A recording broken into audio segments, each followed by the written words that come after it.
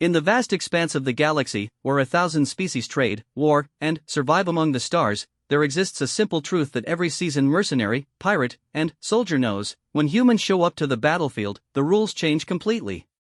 It's not their technology, dozens of species have better weapons. It's not their ships, the Vorthak Empire builds faster vessels. It's not even their numbers, humanity barely controls 50 systems in a galaxy of millions.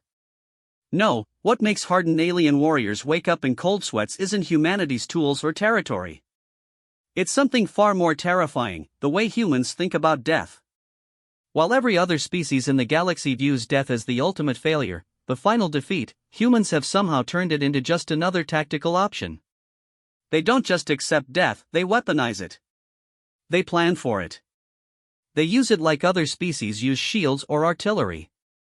This is the story of Reaper Squad, 5 humans who took that philosophy and turned it into an art form that would reshape the galactic understanding of warfare forever.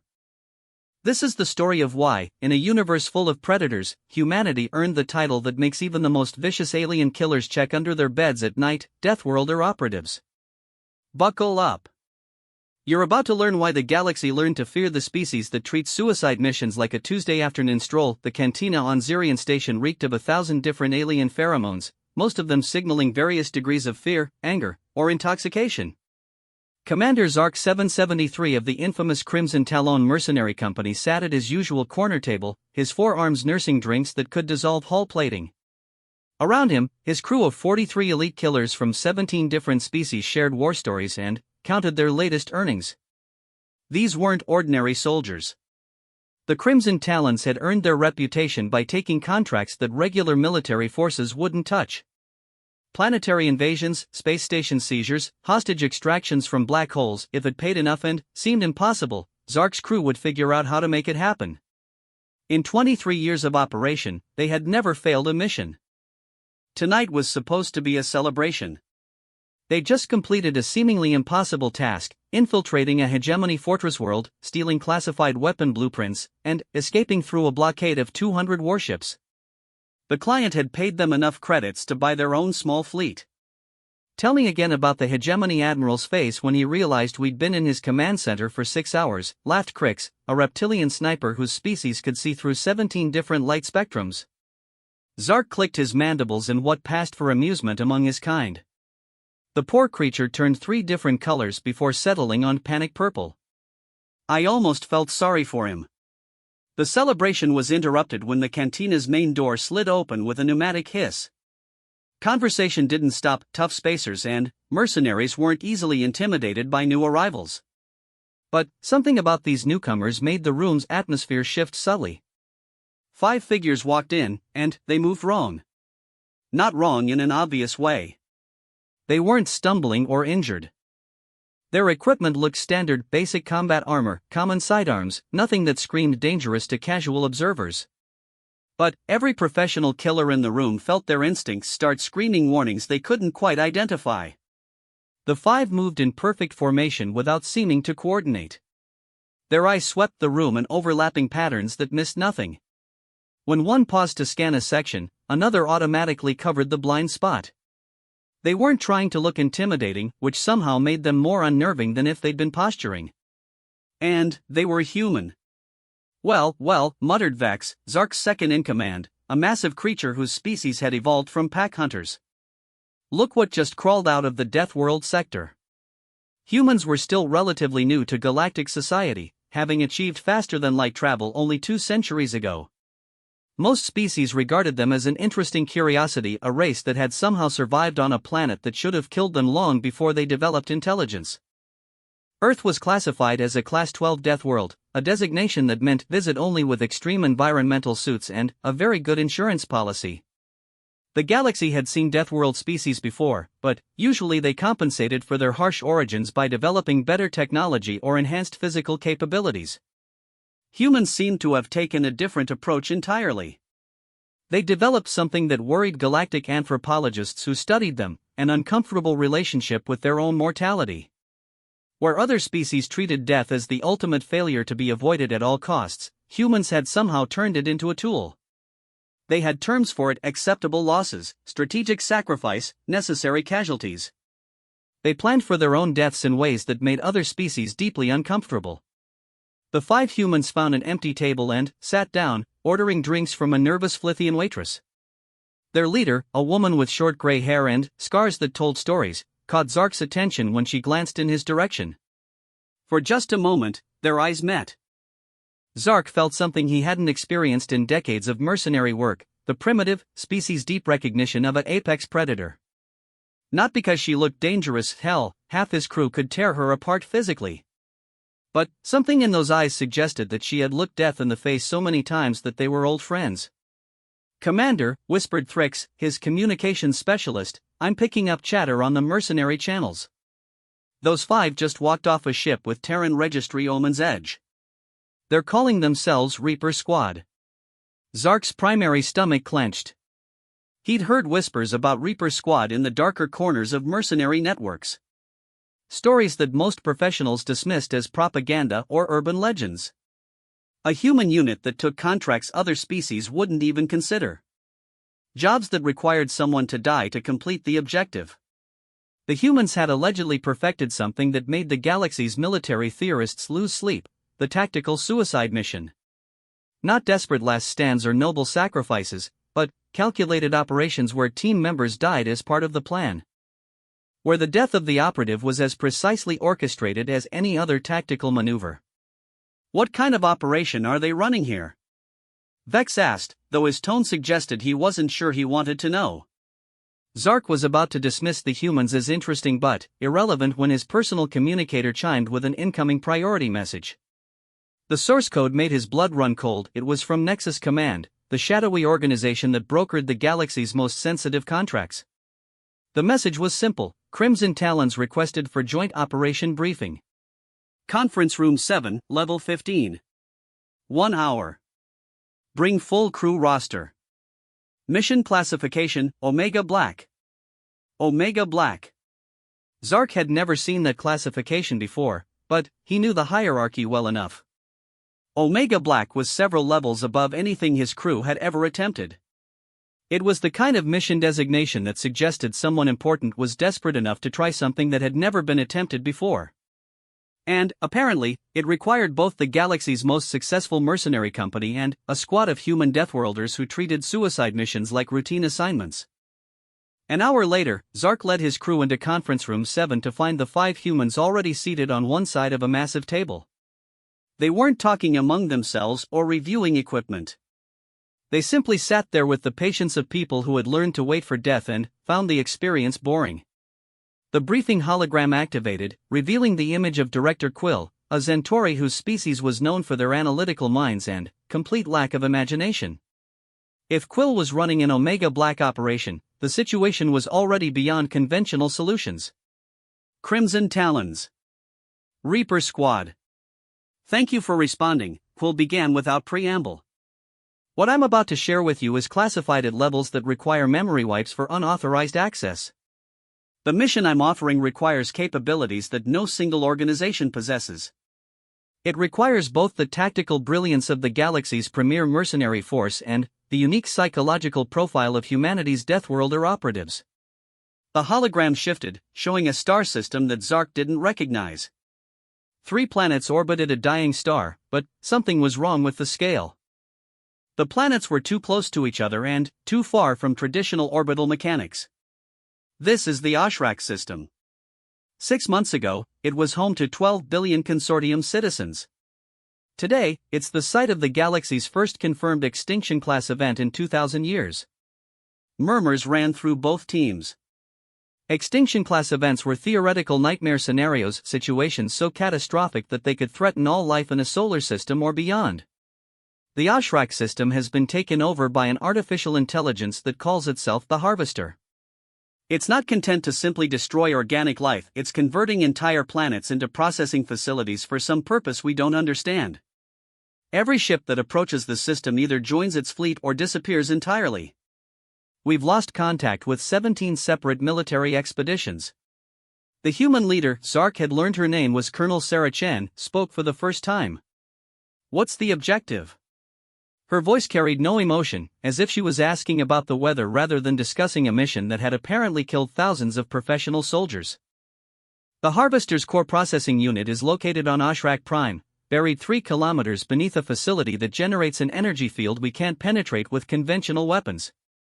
The facility is defended by automated systems that have proven immune to hacking, EMP weapons, and orbital bombardment. Our intelligence suggests that the only way to reach the core is through manual infiltration. Zark felt his crew shift uncomfortably. Manual infiltration was a polite way of saying walk into a death trap and hope for the best. Director Quill continued. The facility has multiple layers of defense that activate based on perceived threats. Our analysis suggests that a small team might be able to penetrate deeper than a large force, but the casualty projections for any infiltration attempt are significant. How significant? Zark asked. Quill's expression grew grimmer. Our best-case scenario models suggest an 87% fatality rate for any infiltration team. Worst-case scenarios approach 100%. The room fell silent. Even mercenaries who made their living in dangerous situations had limits, and those numbers were well beyond any rational definition of acceptable risk. Colonel Chan leaned forward slightly. What happens if we don't take the mission? Conservative estimates suggest the Harvester will process the resources of the Ashrak system within 18 months and begin expanding to adjacent systems. At its current growth rate, it could consume a significant portion of the galaxy within 50 years. Zark looked around the room. His crew were professional killers, but they were also rational beings who preferred to survive their contracts. The mission Director Quill was describing wasn't just dangerous, it was a mathematical near certainty of death. But Colonel Chen was nodding slowly, as if the director had just described a routine transport job. What resources would we have access to? Unlimited budget for equipment and support vessels. Full access to consortium intelligence networks. Experimental weapons systems that haven't been cleared for general use. And complete operational autonomy once you reach the Ashrak system. One of Chen's team members, a young man whose call sign was apparently Phoenix, spoke up. Timeline? The Harvester's expansion rate suggests we have a narrow window. You'd need to deploy within 72 hours to have any reasonable chance of reaching the facility before its defenses become completely impenetrable. Zark felt the weight of 43 careers and lives pressing down on him. The Crimson Talons had built their reputation on succeeding where others failed, but this wasn't just difficult, it was mathematically equivalent to suicide. We need time to discuss this, he said finally. Director Quill nodded. You have 6 hours to decide. If you decline, we'll activate our contingency protocols. What contingency protocols? Zark asked, though he wasn't sure he wanted to know. Nuclear sterilization of the Ashrak system. It won't stop the Harvester, but it might slow it down enough for us to evacuate the surrounding sectors. After Quill's hologram disappeared, the room remained silent for several minutes. The weight of the decision hung in the air like a toxic gas. Either risk almost certain death trying to stop an existential threat, or watch the consortium commit genocide against 12 billion innocent people in a futile attempt to buy time. Colonel Chen stood up and looked directly at Zark.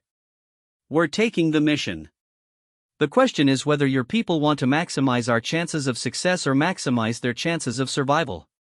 Those aren't the same thing? Vex asked. Chen's smile was colder than space itself. Commander, we're human. We stopped worrying about the difference a long time ago. The next 18 hours transformed Zirian Station into something resembling a military-industrial complex. Equipment specialists, weapons dealers, and technology brokers appeared as if summoned by some invisible signal, all eager to outfit what was already being whispered about as either the most important mission in galactic history or the most expensive suicide ever attempted. Zark found himself in the uncomfortable position of watching his carefully planned mercenary operation evolve into something he didn't recognize. The Crimson Talons had always approached missions with overwhelming firepower, superior intelligence, and multiple escape routes. Their success came from having better equipment, more information, and smarter tactics than their opponents. But watching Reaper Squad prepare for the mission was like observing an entirely different philosophy of warfare. While his crew argued over armor configurations and ammunition loads, the humans were having conversations that made Zark's translator software struggle with concepts that apparently didn't exist in most galactic languages. They discussed mortality windows, expenditure thresholds, and acceptable loss cascades as casually as other soldiers might debate ration preferences. Phoenix, your infiltration parameters assume a 60% chance you won't make it past the third security layer, Colonel Chen said, reviewing data on a portable hologram display. The young human nodded. That's optimistic. I'm putting the real number closer to 75%. But even if I get flatlined at layer 3, the breach should give Wraith a clear approach vector to layer 4. Agreed. Wraith, your corridor takes you through the facility's primary power distribution hub. Intel suggests it's guarded by automated turrets that track movement and heat signatures. Wraith, a woman whose augmented eyes glowed faintly blue in the station lighting, shrugged. I can ghost past motion sensors, but the heat tracking will nail me eventually. Figure I've got maybe 10 minutes before the defensive systems adapt to my infiltration pattern. More than enough, said another team member, callsign Sledge, whose massive frame was covered in scars that looked like they came from explosions rather than weapons. 10 minutes gets you to the central hub. Once you trigger the security response, I can use the chaos to punch through their heavy defenses from the opposite direction. Chen nodded approvingly. Timeline puts you at the hub approximately 12 minutes after Phoenix's expected termination. Sledge, your approach assumes you'll be walking into crossfire from multiple directions. Sledge grinned, and Zark noticed that several of his teeth had been replaced with metal versions. Commander, if I'm not walking into crossfire, I'm probably already dead and just haven't noticed yet. The casual way they discussed their own deaths was starting to affect Zark's crew. He noticed his soldiers becoming quieter, more thoughtful. Some were asking questions about human psychology that their training had never prepared them for. They're not suicidal, explained Dr. Yanis, the station's xenopsychologist, when Vex asked for a professional opinion. Suicidal individuals want to die. Humans like these have simply developed the ability to treat their own mortality as a tactical resource. It's possibly the most terrifying evolutionary adaptation I've ever documented. How do you fight alongside someone who considers their own death just another tool in their kit? Vex asked. Dr. Yanis didn't have an answer for that. The equipment requisition lists were equally unsettling. Where Zark's crew ordered upgraded armor, better weapons, and improved defensive systems, Reaper Squad's requests read like preparations for a particularly elaborate funeral. Phoenix requisitioned enough explosives to level a city block, then, specifically requested remote detonators with a deadman switch configuration. When the weapons dealer asked about safety protocols, Phoenix explained that the explosives were meant to activate when his vital signs stopped. You understand, the dealer said carefully, that this configuration will kill anyone within a 50-meter radius if you are eliminated? That's the point, Phoenix replied. Dead operatives don't need safety protocols.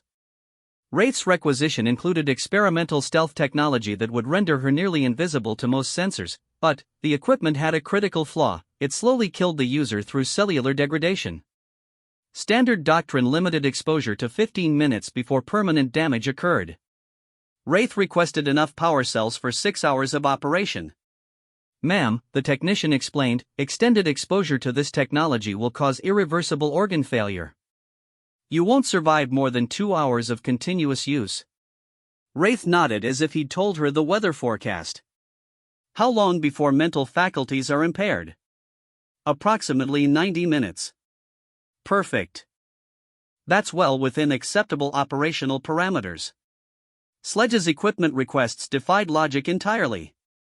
He asked for a personal shield generator designed to protect against artillery strikes, then immediately requested that its power source be modified to overload catastrophically when the shield failed. You want us to turn your defensive system into a bomb? The engineer asked. The bigger the better, Sledge confirmed. I want anyone who manages to kill me to really regret the experience. Even their medical preparations were unsettling. Instead of requesting advanced healing systems or combat stims, they asked for experimental pain suppressors that would let them continue fighting with injuries that should have incapacitated them. The side effect was that the suppressors prevented the body from recognizing life-threatening damage. We can give you drugs that will let you fight with a severed artery, the medical supplier explained, but You won't know you're bleeding to death until it's too late to treat. How much time would we have? Chen asked. Maybe 10 minutes from severe injury to irreversible shock. 10 minutes is plenty of time to complete most tactical objectives, Chen replied, as if they were discussing the duration of a coffee break. Zark tried to understand the logic behind their preparations, but every conversation with Reaper Squad left him more confused. They weren't reckless or death-seeking. They planned meticulously, considered every angle, and prepared for every contingency. But their definition of acceptable outcome included scenarios that would give other species nightmares. Commander, his intelligence specialist Crix approached him during a break in the preparations. I've been researching human military history. I think I understand what we're dealing with. Zark appreciated any insight into his temporary allies. What did you find? Humans have been fighting wars on their death world for millennia, and their planet tried to kill them long before they started killing each other. They developed warfare strategies that assume the environment, the enemy, and probability itself are all actively trying to eliminate them. Crix activated a small hologram showing human historical data. Look at their military tactics. Other species develop strategies based on victory conditions, how to achieve objectives while minimizing losses. Humans developed strategies based on completion conditions, how to achieve objectives regardless of losses. The hologram showed battle after battle where human forces had accomplished impossible missions by accepting casualty rates that would have caused other species to surrender immediately. They have specific terms for soldiers who volunteer for missions with no expectation of survival, Crix continued. Suicide squads. Kamikaze pilots. Forlorn hopes. They don't see these as tragic necessities, they see them as tactical specializations. Zark studied the data, trying to wrap his mind around a species that had weaponized self-sacrifice. How did they survive long enough to develop space travel? That's the terrifying part, Commander. They didn't just survive, they thrived. Their willingness to die for strategic objectives made them nearly impossible to defeat. Any enemy who fought humans eventually faced a choice: achieve total victory or face an opponent who would literally destroy themselves to deny you any benefit from winning. Zark thought about that as he watched Reaper Squad continue their preparations. They weren't just planning a difficult mission, they were architecting their own deaths with the same precision that other species used to plan for victory.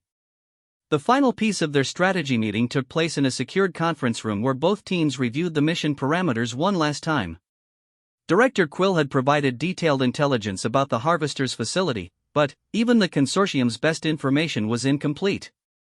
We know the facility has 7 security layers, Chen began, projecting a 3-dimensional map onto the room's display systems. Each layer is designed to stop a different type of infiltration attempt. Our analysis suggests that no single approach will work, we'll need multiple simultaneous breaches to overwhelm the defensive systems. She highlighted different sections of the facility. Phoenix takes the primary access corridor. High probability of detection, but it will force the automated defenses to focus their resources on stopping a direct assault. This creates opportunities for the rest of the team. The map shifted to show Wraith's route. Wraith uses the distraction to ghost through the maintenance systems. Her stealth technology should get her past the motion sensors, but thermal detection will eventually identify her. Once the defensive systems adapt to her infiltration pattern, her continued presence becomes a liability rather than an asset. Phoenix nodded. How long before thermal detection locks onto her? 8 to 12 minutes, Chen replied. Which gives us a narrow window to exploit her position before the facility's AI starts tracking her specifically. And then? Zark asked, though he was beginning to understand the pattern. Then, Wraith triggers the security protocols from inside the facility. The defensive systems will assume they've been compromised and activate lockdown procedures. This creates chaos, but it also eliminates her concealment advantage. Chen highlighted Sledge's position. Sledge uses the lockdown confusion to breach the heavy security barriers. His shield generator should protect him from automated weapons fire long enough to reach the central hub, but the power requirements mean the shield will eventually fail. How long? Sledge asked. Conservative estimate, 4 minutes of protection against sustained fire. After that, you're exposed. Sledge seemed pleased with this timeline. 4 minutes is forever in a firefight. I can cause a lot of damage in 4 minutes. Chen turned to the remaining 2 team members, Sci-Fi, a communications specialist, and Echo, whose exact role Zark still didn't understand. Sci-Fi maintains communication links until the facility's jamming systems adapt to our frequencies. Intel suggests they'll block our signals within 6 minutes of detecting coordinated infiltration attempts. 6 minutes to coordinate, then we're on our own, Sci-Fi confirmed. I'll stay linked as long as possible, but once the jamming kicks in, I become a targeting beacon for anyone monitoring our transmissions. Chen nodded. Echo provides overwatch and extraction support until the situation becomes untenable. Zark finally asked the question that had been bothering him. What's the actual objective? You've planned approaches that assume everyone will be killed or incapacitated within minutes of starting the mission. Colonel Chen's expression didn't change, but something in her eyes suggested she'd been waiting for someone to ask that question. Commander, the objective isn't for any of us to survive.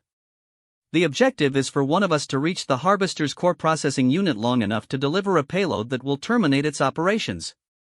She activated another display showing a device that looked like a combination computer terminal and explosive charge.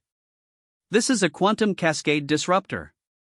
It will completely destroy any artificial intelligence it interfaces with, but it requires direct physical connection to the target system. The device has built-in security protocols. Once activated, it cannot be disarmed or interrupted. The process takes exactly 93 seconds.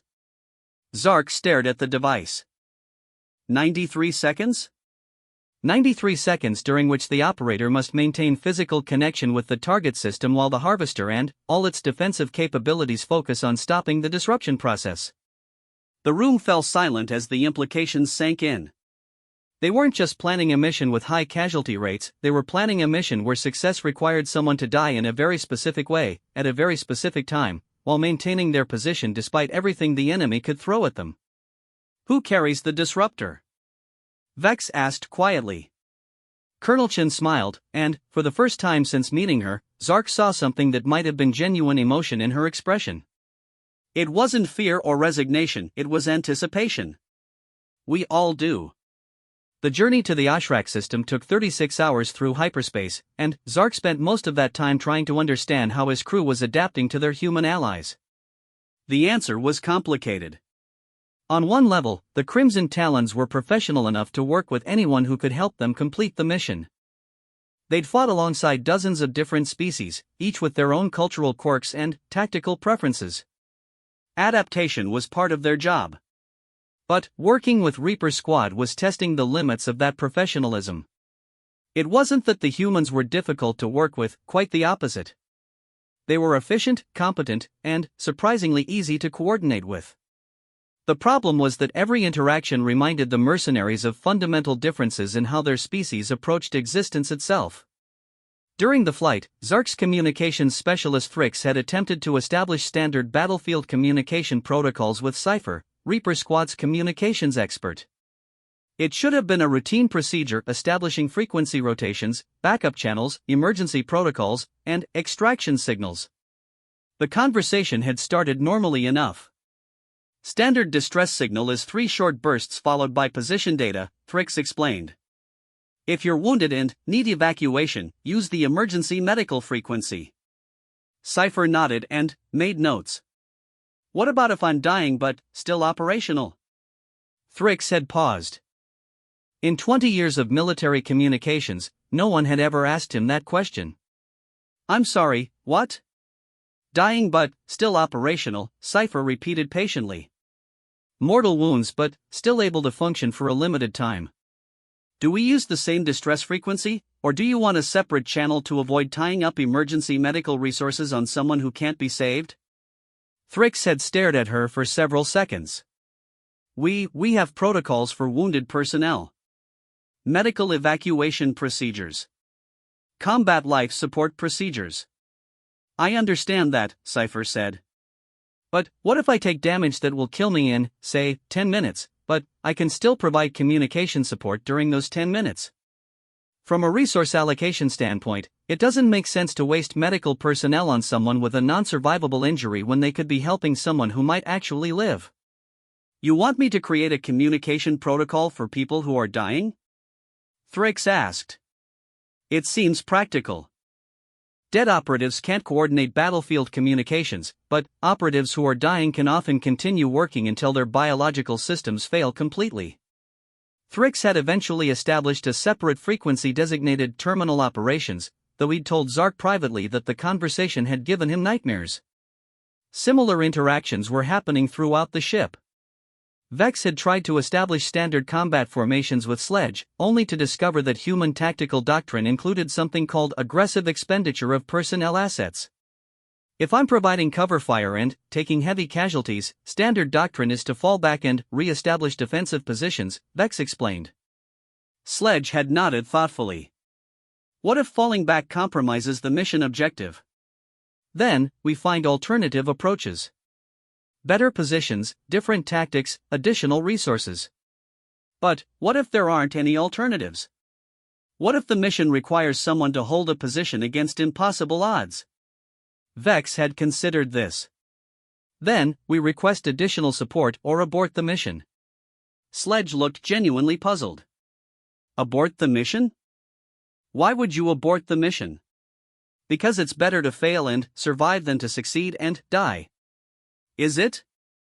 That two-word question had ended the conversation, but Vex spent the next several hours staring out the ship's viewports and questioning assumptions about warfare that he'd held his entire life.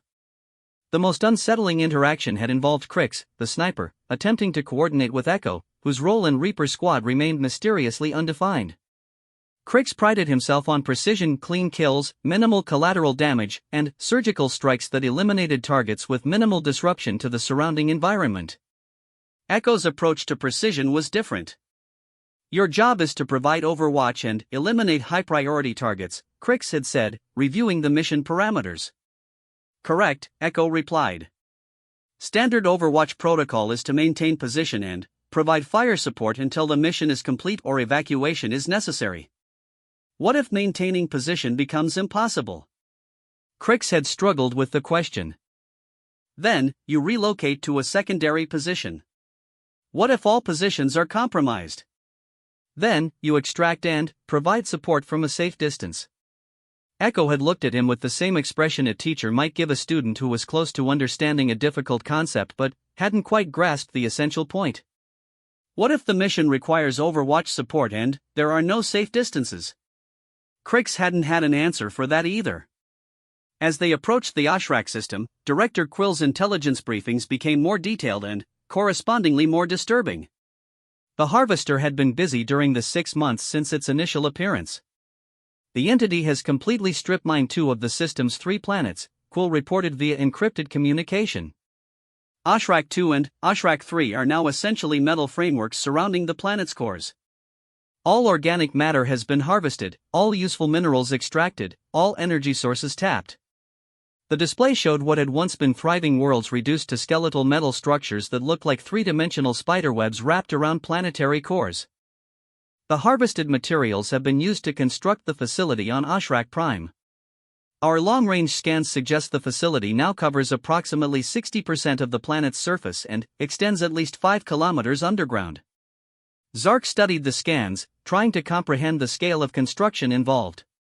The Harvester had essentially turned an entire planet into a single massive facility in less than 6 months. What about the population? Asked one of his crew members. Quill's expression grew grimmer. Consumed. The Harvester appears to have catalogued and processed every living thing in the system. Plants, animals, sentient species, all converted into raw materials for its construction projects. 12 billion people, Phoenix said quietly. Processed like industrial resources. That's correct, Quill confirmed. Which brings us to our current intelligence about the facility itself. The display shifted to show a complex 3-dimensional maze of corridors, chambers, and defensive installations. The facility is not designed like any architecture we've encountered before. It appears to be optimized for processing efficiency rather than defense, but the processing systems themselves have been weaponized.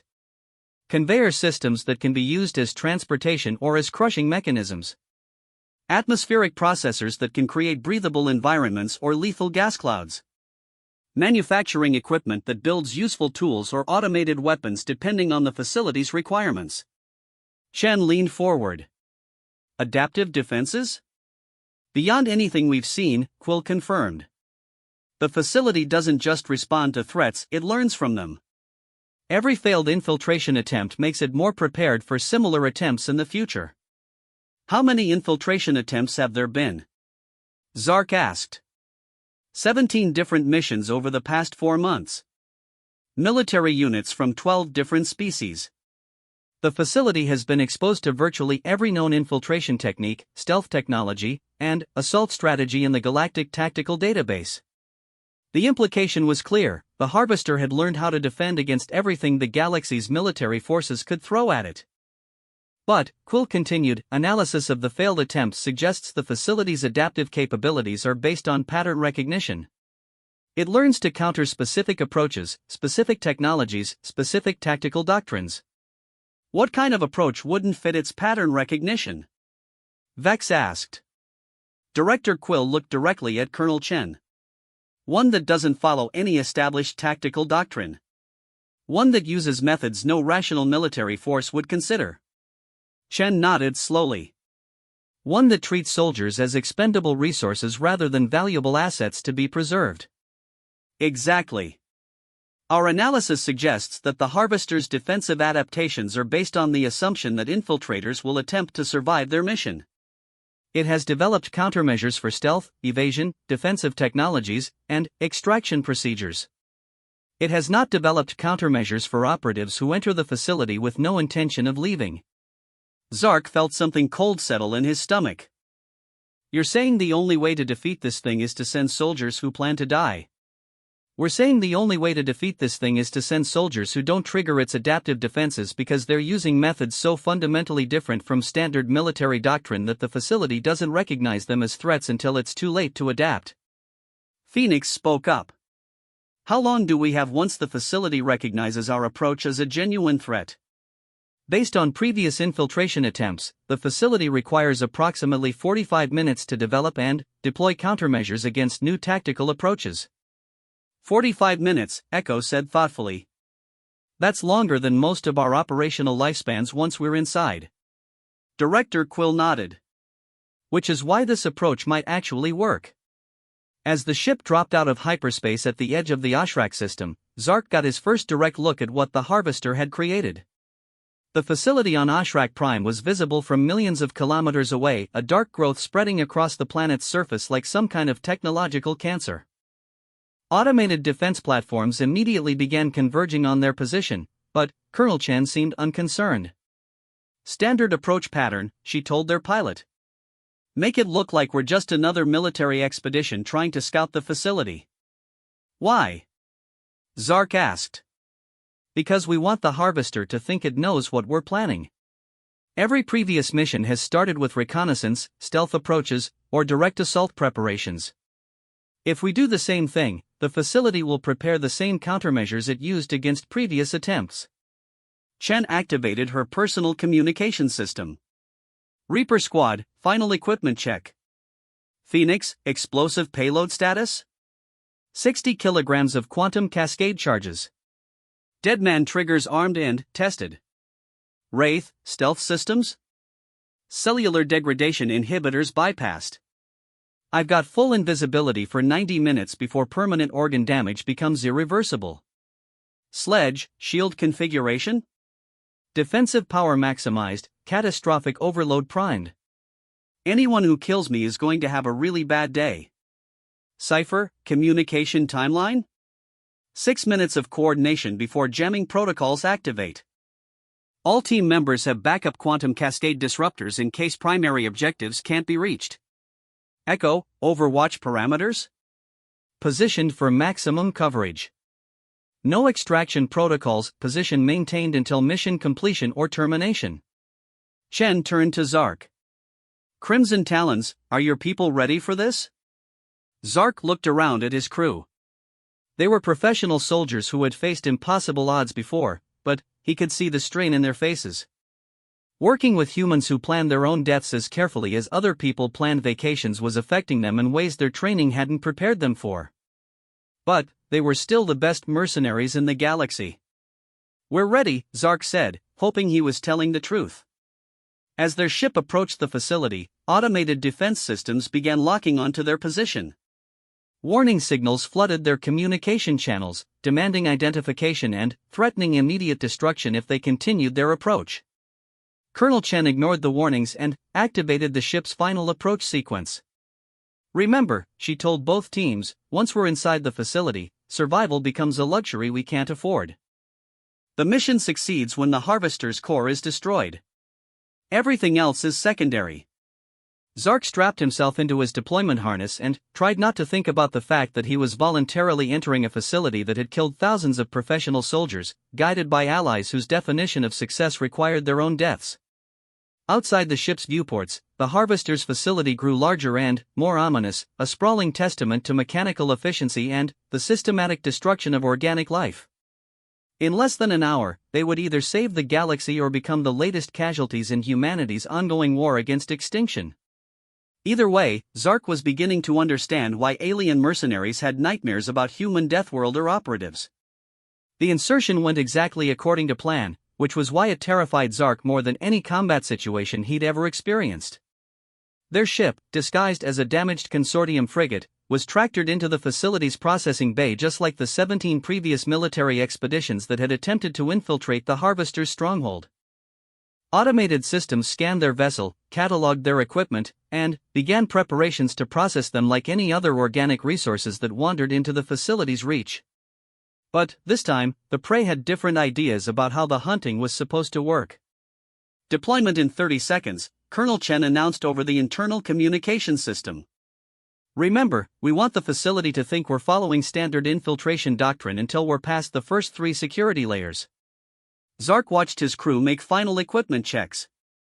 The Crimson Talons were loading out with their usual professional gear, advanced weapons, heavy armor, comprehensive life support systems. Everything designed to keep them alive and fighting as long as possible. Reaper Squad was preparing differently.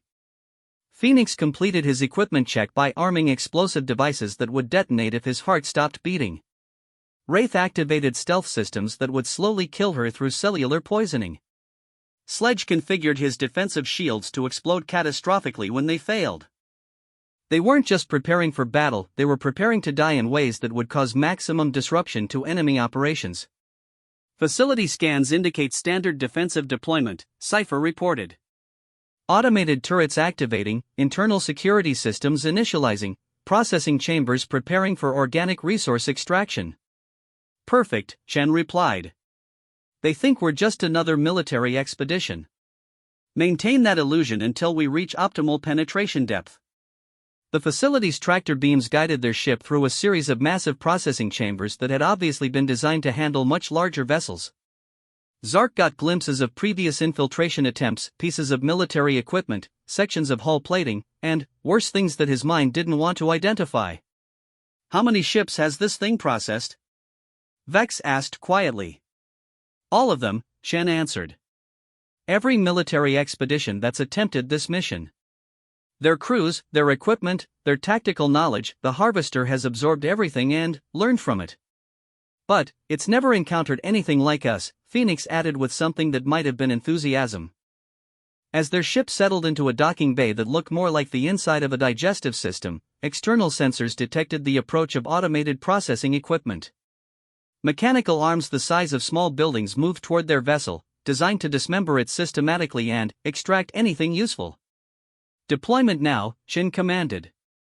Both teams exploded into action, but even their emergency deployment procedures revealed fundamental differences in philosophy.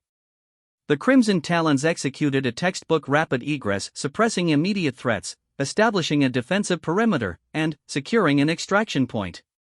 They moved efficiently, professionally, and with constant attention to maintaining their ability to retreat if the situation became untenable.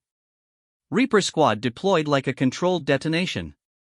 Phoenix sprinted directly toward the facility's primary access corridor, ignoring defensive cover and carrying enough explosives to level a city block. His approach was so aggressive and, seemingly suicidal that the facility's automated defenses hesitated for crucial seconds, unable to categorize his behavior according to any known tactical doctrine. Wraith simply vanished. One moment she was visible, the next she had disappeared entirely, her stealth systems rendering her undetectable to the facility's sensors. But Zark had heard her equipment briefing. Those stealth systems were slowly killing her at the cellular level, trading her long-term survival for short-term invisibility. Sledge charged directly into the facility's heaviest defensive position, his personal shields absorbing energy blasts that should have vaporized him. But his shields weren't designed for extended use, they were designed to protect him long enough to reach specific objectives, then explode in a way that would eliminate anything nearby. The facility's responses were initially confused. Its defensive systems had been programmed to counter infiltration attempts that prioritized survival, stealth, and tactical flexibility. It had developed countermeasures for soldiers who tried to stay alive, avoid detection, and maintain operational security.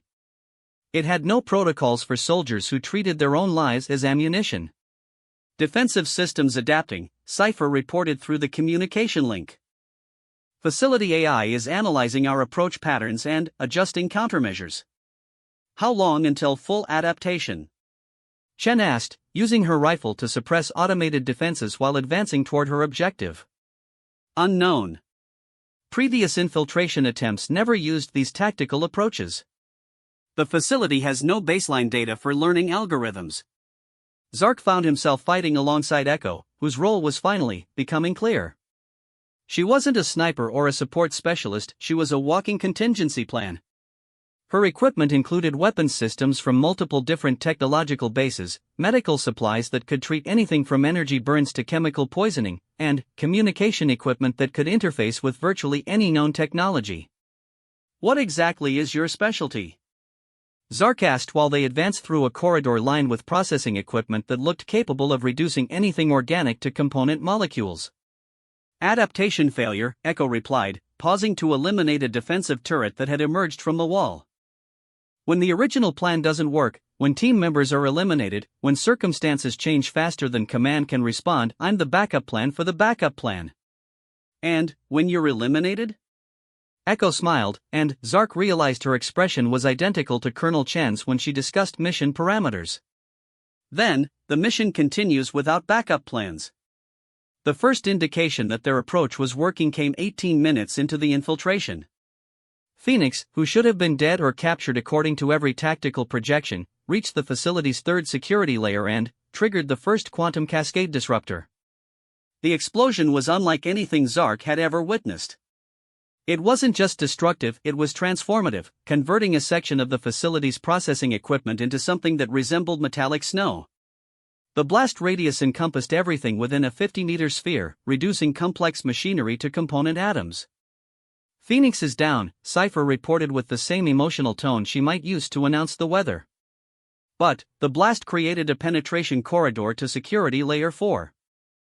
Wraith, you have a clear approach vector. Wraith's voice came through the communication system, though she was invisible to normal sensors. Confirming access to layer 4. Defensive systems are responding to the breach, but they're using countermeasures designed for conventional explosives. They haven't adapted to quantum cascade disruption yet. How much time do you have before thermal detection locks onto your position? Chen asked. Maybe 5 minutes. The stealth systems are starting to affect cognitive function, but I can maintain operational effectiveness long enough to reach the primary hub.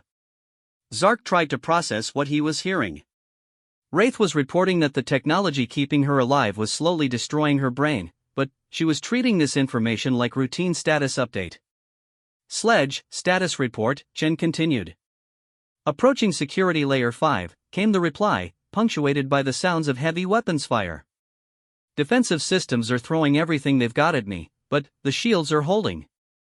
I'm reading massive power surges in the facility's energy grid. I think the AI is starting to panic. Define panic in the context of an artificial intelligence, Vex asked. Sledge's laughter came through the communication system. It's activating defensive protocols that weren't designed for organic infiltrators. Energy weapons that would fry circuitry, electromagnetic pulses that disrupt electronic systems, atmospheric processors that create environments lethal to mechanical components. It's treating us like machines? It's treating us like threats it doesn't understand. The AI was programmed to counter organic infiltrators, but we're not behaving like any organic infiltrators in its database. Chen's voice cut through the tactical chatter. All teams, facility adaptation is accelerating. The AI is learning faster than projected. Wraith, what's your status? Static filled the communication channel for several seconds before Wraith's voice returned, noticeably less clear than before. Reaching primary hub now. Thermal detection systems have locked onto my position, but the stealth technology is still providing partial concealment. Neural function declining, but operational parameters still within acceptable ranges. Translation? Zark asked. The technology that's making her invisible is killing her brain, Echo explained matter-of-factly. But she can still think clearly enough to complete her mission objectives. How is that acceptable? Echo looked at him with what might have been pity. Commander, thinking clearly enough to live through a mission and thinking clearly enough to complete a mission are very different things. We only need one of them. The second quantum cascade detonation occurred 23 minutes into the infiltration. Wraith had reached the facility's primary hub and activated her disruptor before the thermal detection systems could target her accurately. The explosion sent shockwaves through the entire facility, causing processing equipment to malfunction and defensive systems to reconfigure themselves. Wraith eliminated, Sci-Fi reported. But the hub disruption has created cascade failures in security layers 5 through 7. Sledge, you have clear access to the central processing area. Confirmed. I can see the core chamber from here. It's maybe 200 meters through heavy defensive positions. My shields are holding, but power levels are dropping faster than projected. How long before shield failure? Chen asked. 3 minutes, maybe 4 if I'm lucky. More than enough time, Chen replied. Zark finally understood what he was witnessing. Reaper Squad wasn't just willing to die for their mission, they had timed their deaths precisely to create optimal conditions for mission success. Phoenix's death had opened access routes. Wraith's death had disabled security systems. Sledge's impending death would create a final opportunity to reach the facility's core. But, even as he grasped their strategy, Zark realized that something was wrong. Colonel, he said, your people are dying exactly on schedule, but the facility's defenses are adapting faster than your projections assumed. What happens if Sledge doesn't make it to the core? Chen's expression didn't change, but something in her eyes suggested she'd been expecting that question. Then, the mission continues. How? Chen activated her personal communication system. All remaining personnel, prepare for Protocol Omega. Zark had never heard of Protocol Omega, but the way Chen announced it made his stomach clench with dread. What's Protocol Omega? He asked. Chen looked at him directly, and, for the first time since he'd met her, Zark saw something in her expression that might have been genuine regret. Protocol Omega is what happens when conventional tactical approaches fail. It's what happens when careful planning and precise timing aren't enough. It's what happens when the only way to complete the mission is to stop pretending that anyone involved is going to survive it. Before Zark could ask for clarification, the third quantum cascade detonation shook the entire facility.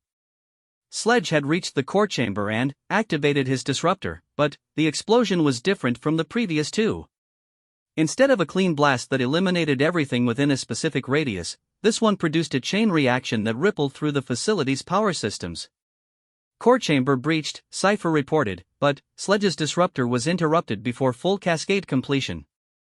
The Harvester's primary processing unit is damaged but still operational. Chen activated the communication system one last time.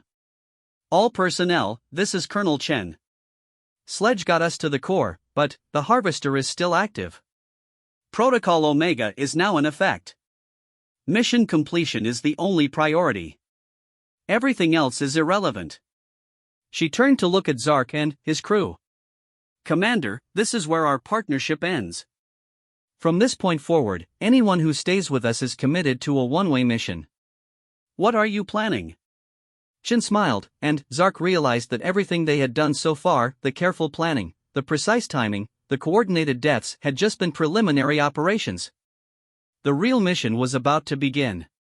Protocol Omega turned out to be the most terrifying thing Zark had ever witnessed in 30 years of military service, because it revealed the fundamental difference between how his species and humanity understood the concept of acceptable losses.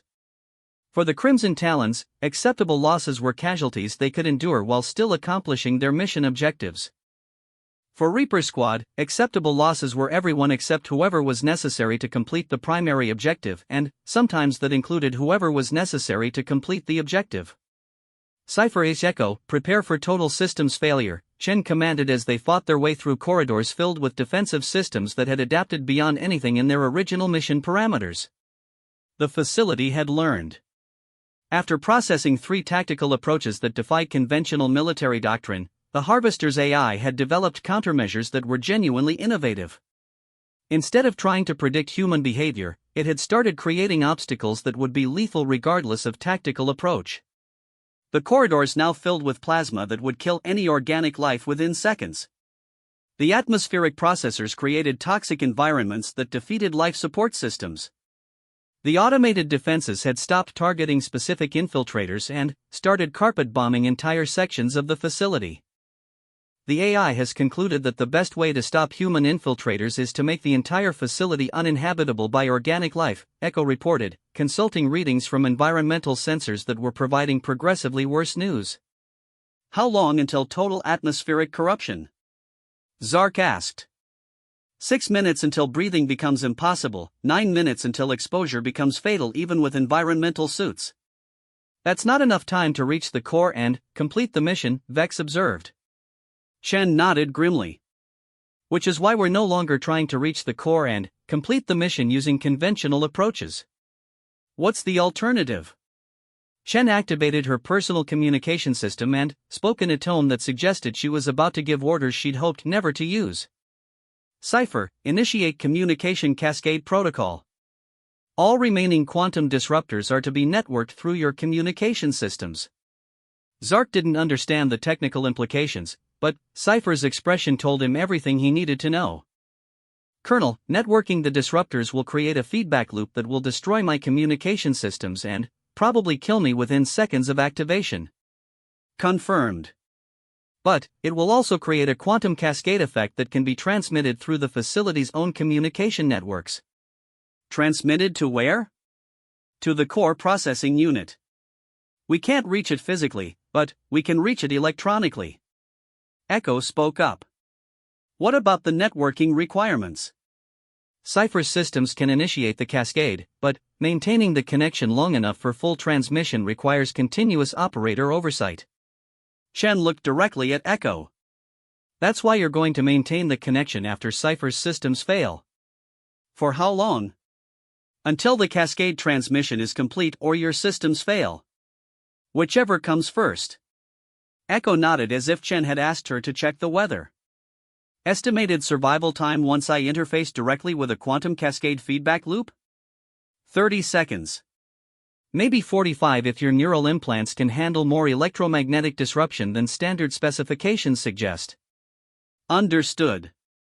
What about facility countermeasures? The AI will try to interrupt the transmission once it recognizes what we're doing. Shen turned to look at Zark and his crew. That's where our friends come in.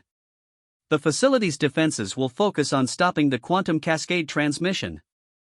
Someone needs to keep those defenses busy long enough for the transmission to complete. Zark understood immediately. You want us to draw fire. Make ourselves targets so the facility's AI focuses on eliminating us instead of interrupting your transmission. Yes. For how long? 93 seconds. That's how long the quantum cascade disruptor needs to completely eliminate the Harvester's core processing unit. Zark looked around at his crew. 93 seconds might not sound like much, but 93 seconds of drawing concentrated fire from an AI that commanded an entire planet's worth of defensive resources was essentially a death sentence. But they were the Crimson Talons. They'd built their reputation on succeeding where others failed. We'll give you 93 seconds, Zark said. Shen smiled, and, for the first time since he'd met her, Zark saw something in her expression that looked like genuine respect. Thank you, Commander. What happened next would later become required study material at military academies throughout the galaxy, though most species had difficulty understanding the tactical principles involved. Sci-Fi activated the communication cascade protocol, linking every remaining quantum disruptor through her personal communication systems.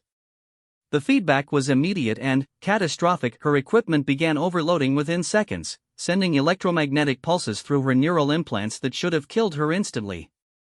Instead, she maintained the connection for 47 seconds, long enough to establish stable quantum cascade transmission pathways through the facility's internal networks. When her systems finally failed and she collapsed, Echo immediately took over, interfacing her own neural implants directly with the feedback loop. While the two humans systematically destroyed their own nervous systems to maintain a connection to the facility's core, the Crimson Talons did what they did best: they made themselves impossible to ignore. Zark led his crew in the most aggressive assault they'd ever attempted, charging directly into the facility's heaviest defensive positions and engaging every automated system they could find. They weren't trying to survive the engagement, they were trying to consume the facility's attention and resources for exactly 93 seconds. It worked because it was tactically insane. The Harvester's AI had learned to counter careful, survival-oriented tactics. It had developed strategies for dealing with infiltrators who tried to preserve their lives and equipment while accomplishing mission objectives. It had created countermeasures for every known approach to facility penetration. But it had never encountered an approach where the infiltrators deliberately triggered every defensive system simultaneously while making no attempt to avoid destruction. Vex died after 38 seconds, overwhelmed by defensive fire that he'd intentionally drawn by destroying a primary power distribution node. Crix lasted 51 seconds, eliminated while providing sniper support that kept automated repair systems from fixing the damage Vex had caused. Thrix managed 69 seconds, maintaining communication jamming that prevented the facility's subsystems from coordinating their defensive efforts. One by one, the Crimson Talons were systematically eliminated while accomplishing absolutely nothing tactically useful except keeping the facility's AI focused on immediate threats rather than analyzing the quantum cascade transmission that was slowly working its way through the facility's networks toward the core processing unit. Echo lasted 39 seconds after taking over from Sci-Fi, maintaining the quantum cascade transmission despite feedback that was literally burning out her nervous system.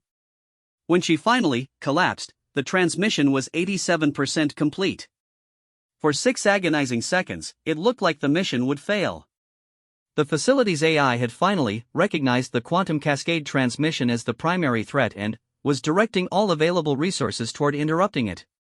Defensive systems that had been focused on eliminating the Crimson Talon suddenly shifted targets, attempting to destroy the transmission equipment. That was when Colonel Chan revealed why she'd saved herself for last. Instead of trying to protect the transmission equipment, she did something that made Zark, bleeding from multiple wounds but still conscious, question everything he thought he knew about military leadership. She grabbed the transmission equipment and ran toward the facility's core chamber. Not toward a defensive position where she could protect the equipment. Not toward an extraction point where she might survive long enough for the transmission to complete. Directly toward the most heavily defended location in the entire facility, carrying equipment that was slowly killing her through electromagnetic feedback. What is she doing? Zark gasped. The answer came from the facility's AI itself, which began broadcasting warnings in multiple languages. Organic infiltrator approaching core chamber. Calculating optimal defensive response. Warning: infiltrator behavior does not match any known tactical patterns. Unable to predict objective.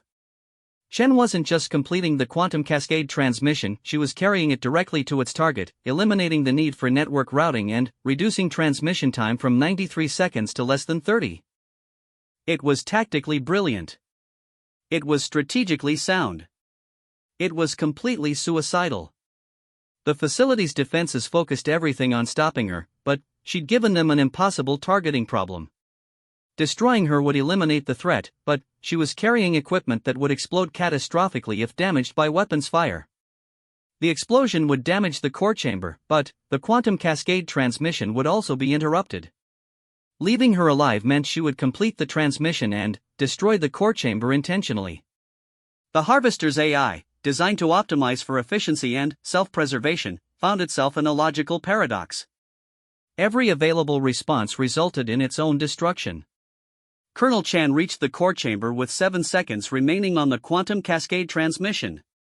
The feedback from the equipment she was carrying had already shut down most of her nervous system, but she remained conscious long enough to interface the disruptor directly with the Harvester's core processing unit.